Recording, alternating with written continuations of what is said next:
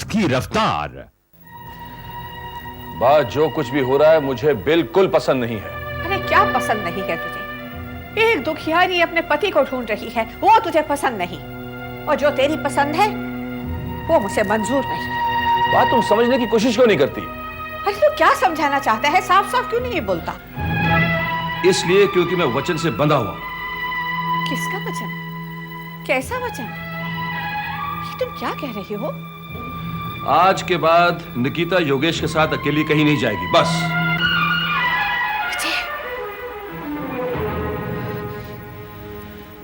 विजय, ये जो तुम्हारे मन में आया है ये अच्छा नहीं, इसे अपने मन से निकाल दो। ऐसा सोचने से हमारे घर की शांति नष्ट हो सकती है। हाँ। मैं योगेश को पुणे भेज रहा हूं और आप मुझे रोकेंगे नहीं। योगेश, योगेश,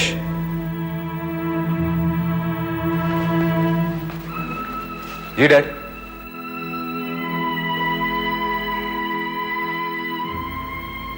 डैड, आपने मुझे बुलाया? योगेश, तुम अभी इसी वक्त पुणे जाओगे। जी। और जब तक ये क्राइसिस खत्म नहीं हो जाती तुम वही रहोगे। तुम्हें बार बार बॉम्बे आने की कोई जरूरत नहीं, समझे? ठीक है डैड, मैं आज ही निकल जाता हूं।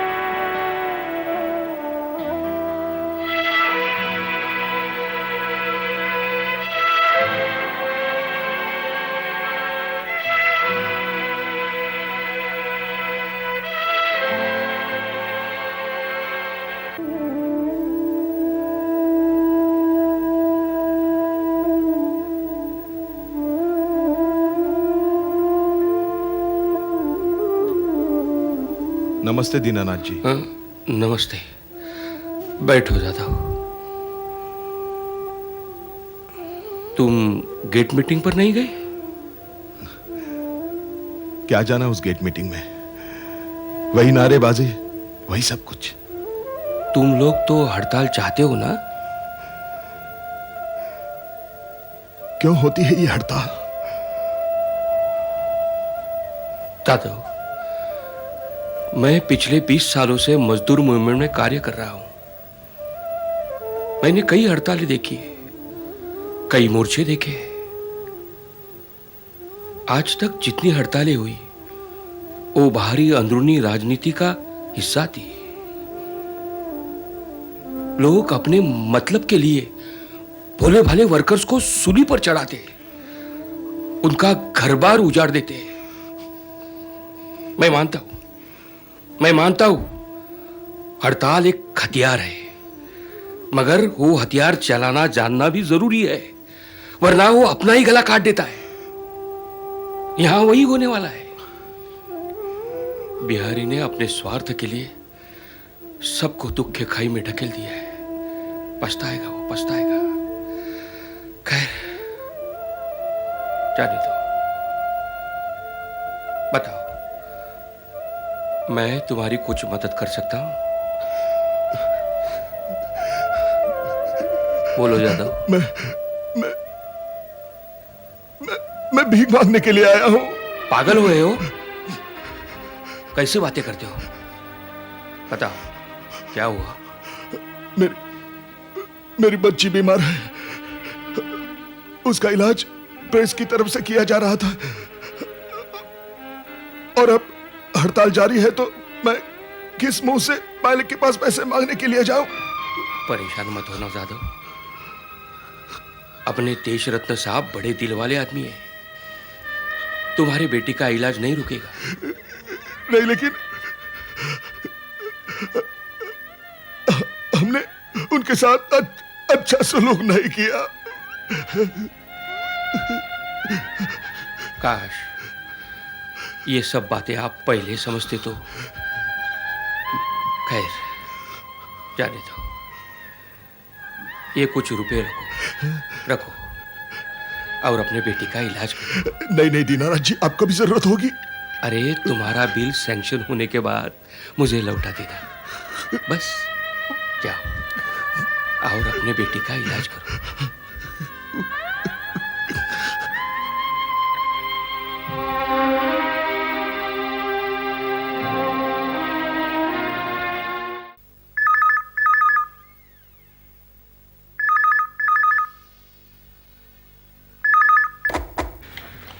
हेलो।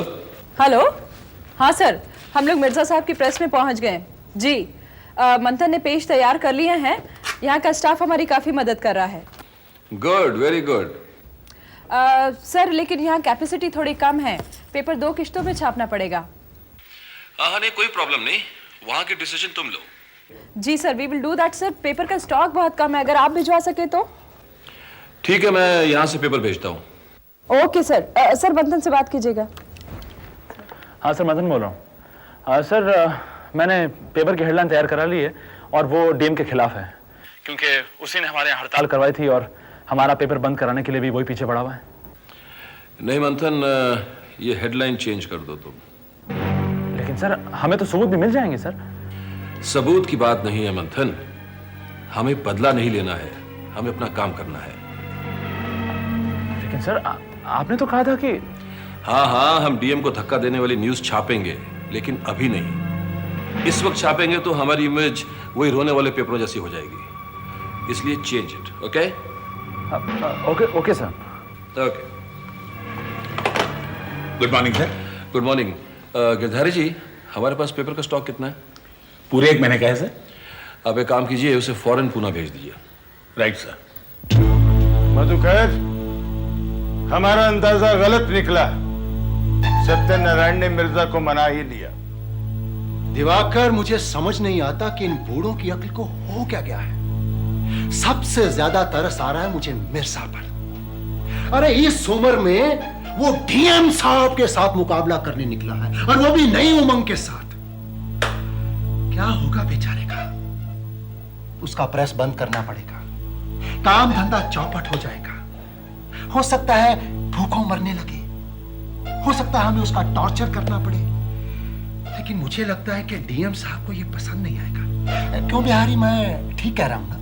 101% ठीक कह रहे हैं साहब जी। तो अब तुम भी 101% मेरी बात कान खोलकर सुन लो कि कल प्रजासत्ताक किसी भी हालत में छपना नहीं चाहिए, क्योंकि ये हमारी इज्जत का सवाल है। लो जी लो, ये कैसे होगा? अब प्रेस है, प्रेस वाले हैं, लेकिन पेपर नहीं है बिहारी, पेपर नहीं है। ये आपको कैसे मालूम है?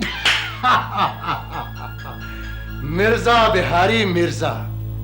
अरे मिर्जा का प्रेस है ही कितना बड़ा, इतना सा प्रेस है, और प्रजासत्ताक छापने के लिए इतना सारा पेपर उसके पास कहां से आएगा? जाहिर है कि ये पेपर प्रजासत्ताक के यहां के गोदाम से ही पूना जाएगा। पेपर नहीं पहुंचेगा तो प्रजासत्ताक नहीं छपेगा। क्या बात है दिवाकर जी, क्या बात है। कितनी समझदारी की बात कर रहे हैं आप। तो बिहारी, इसका मतलब है पेपर का स्टॉक गायब करना होगा। पेपर स्टॉक गायब करना मेरी जिम्मेदारी है दिवाकर साहब। सारी की सारी दीवार फोड़ के अंदर घुस जाऊंगा, सारा स्टॉक उठा लाऊंगा। और अगर ये नहीं हुआ तो गर्दन उतार दूंगा साहब जी। नहीं बिहारी, तुम्हें गर्दन उतारने की जरूरत नहीं पड़ेगी, क्योंकि अगर कभी ऐसा मौका आया तो ये काम हम खुद करेंगे। फिलहाल तुम जाओ और धंधे पर लग जाओ। जी साहब जी। दिवाकर, ध्यान रखना कि पंछी अभी नया है, लेकिन उड़ने लगा है। कहीं आसपास के कुत्ते बिल्लियां इस पर झपट ना पड़े। अभी इसने हमारे बहुत काम आना है दिवाकर, बहुत काम आना।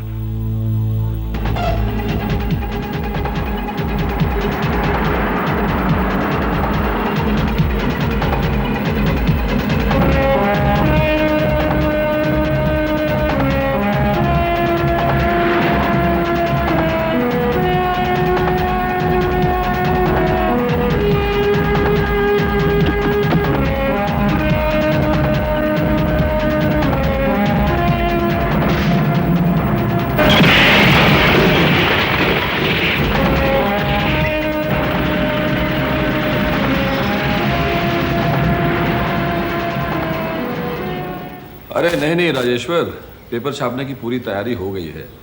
कल से आप हमारे एजेंट से क्लासिफाइड्स कलेक्ट करवा लीजिए। हाँ, ओके।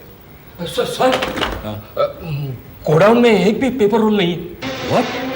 सब पेपर रोल्स चोरी हो गए। क्या कह रहे हो तुम? गोडाउन की पीछे की दीवार भी टूट गई है।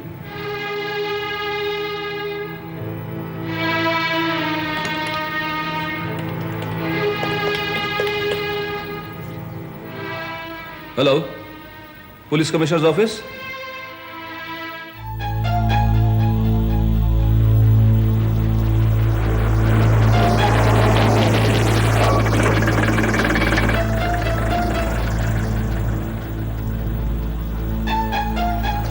क्या हुआ? काम हो गया। लेकिन तुम तो ट्रक लेकर गए थे, फिर ये टेम्पो? ट्रक लेकर गया था, ट्रक पकड़ा जाता। मैंने सारा का सारा न्यूज़ प्रिंट रोल्स इस टेम्पो में लोड करवा दिया। अब प्रजासत्ताक के पास पेपर छापना तो दूर, चिट्ठी लिखने तक को भी कागज नहीं है। सारा माल मैं लेकर उड़ाया हूँ। शाबाश बिहारी शाबाश। अरे तुमने तो कमाल कर दिया।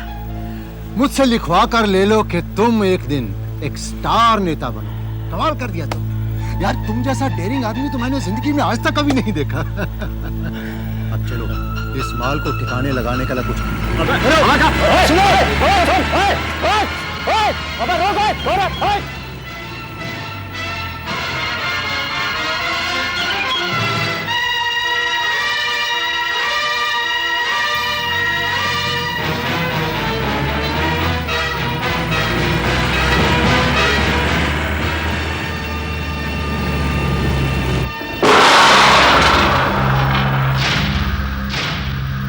शर्म आनी चाहिए तुम्हें।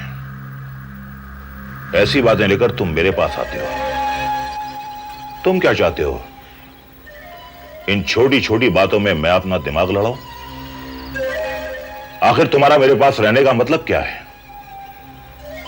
एक चोर तुम्हें मात दे गया, तुम्हारी आंखों के सामने से पेपर रोल उड़ाकर ले गया। तुम रोते रोते मेरे पास आ रहे हो और मुझी से पूछ रहे हो कि चोर कौन हो सकता है। और उधर अपने भेजे में तनाव पैदा करो और चोर को तलाश करो। वो कोई मामूली चोर नहीं है, जरूर प्रजासत्ताक से जुड़ा हुआ कोई आदमी है जो उन पेपर रोल्स की अहमियत को समझता है। लेकिन सर वो बिहारी तो... बिहारी का नाम बीच में मत लाओ। उसके दिमाग की तुम्हें क्या जरूरत है? बिहारी की मसल पावर और अपने भेजे का इस्तेमाल करो, अगर वो तुम्हारे पास है तो। सर मुझे माफ कर दीजिए सर। मैं जाओ और पता चलाओ कि पेपर रोल किसने चोरी किए हैं। उसके बाद उसे ऐसी सजा दो कि जिंदगी में वो तिनका चुराने के लायक भी न रहे। लेकिन हुजूर, मैं पिछले 3 घंटे से तलाश कर रहा हूं और पूरा शहर बार बार घूमने के बावजूद मेरा शक बार बार अपने ही घर पे आ रहा है। इसीलिए तो मैं आपके पास आया हूं हुजूर। क्या मतलब? मतलब ये सर के घर का भेदी लंका ढाए। जाहिर है कि कोई ना कोई ऐसा आदमी जरूर है जो कि हमारी हर बात हमारे दुश्मन तक पहुंचा देता है, और ऐसा आदमी हम में से कोई है और वो हमारा दुश्मन है।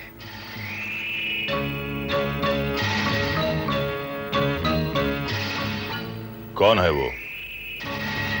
मेरा शक नंदू पर जाता है हुजूर। नंदू से तुम्हारी क्या दुश्मनी है, ये हमारी समझ में नहीं आ रहा है। तुम उसका नाम बार बार क्यों ले रहे हो? वो तो बेचारा एक मामूली सा ड्राइवर है। वही तो असली फसाद की जड़ है हुजूर। नंदू आपका ड्राइवर है और इसी की वजह से वो आपके बहुत करीब है और आपकी हर बात को जानता है। और टेम्पो चलाने के लिए ड्राइविंग का आना बहुत जरूरी है हुजूर। और फिर आप ही ने तो मुझे सिखाया है कि राजनीति में इंसान को अपने साये पर भी भरोसा नहीं करना चाहिए। ये हम नहीं, हमारा तजुर्बा कहता है कि कभी कभार एक मामूली सी चींटी हाथी की मौत का कारण बन जाती है। मुझे शक है हुजूर कि पेपर रोल्स चुराने वाला नंदू ही हो सकता है। कैसे हो सकता है? शाम तक तो वो हमारे साथ था। एक बात बताइए हुजूर, जिस वक्त नंदू ने आपको घर पे छोड़ा उस वक्त टाइम क्या था? तबीयत खराब होने की वजह से वो जल्दी चला गया था। उस वक्त तकरीबन 8:30 बजे थे। और हुजूर जिस वक्त टेम्पो भगाया गया उस वक्त टाइम हुआ था 8:40 और दिवाकर का घर इस जगह से 7-8 मिनट की दूरी से ज्यादा नहीं है। और जिस वक्त टेम्पो भागा मैं दिवाकर के घर से ही निकल रहा था।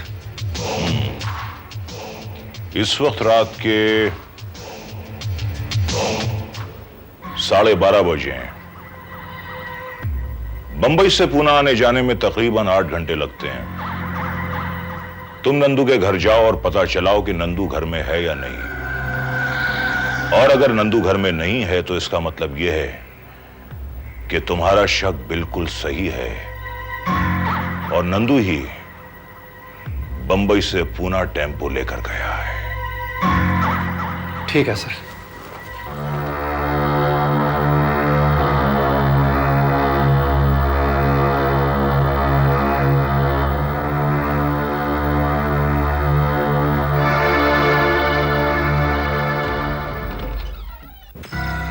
नमस्ते माता जी, मुझे नंदू से मिलना है। नंदू से? इस वक्त? जी हाँ। क्यों? क्या हुआ? नहीं, मगर नंदू तो घर में नहीं है ना। मुझे मालूम है माँ जी कि इस वक्त वो घर में नहीं है और इस वक्त वो कहाँ है ये भी मुझे मालूम है। नहीं नहीं, वो कहीं गया नहीं है। वो तो सो रहा है। सो रहा है? दरअसल मुझे डीएम साहब ने भेजा है, एक संदेशा है इसके लिए।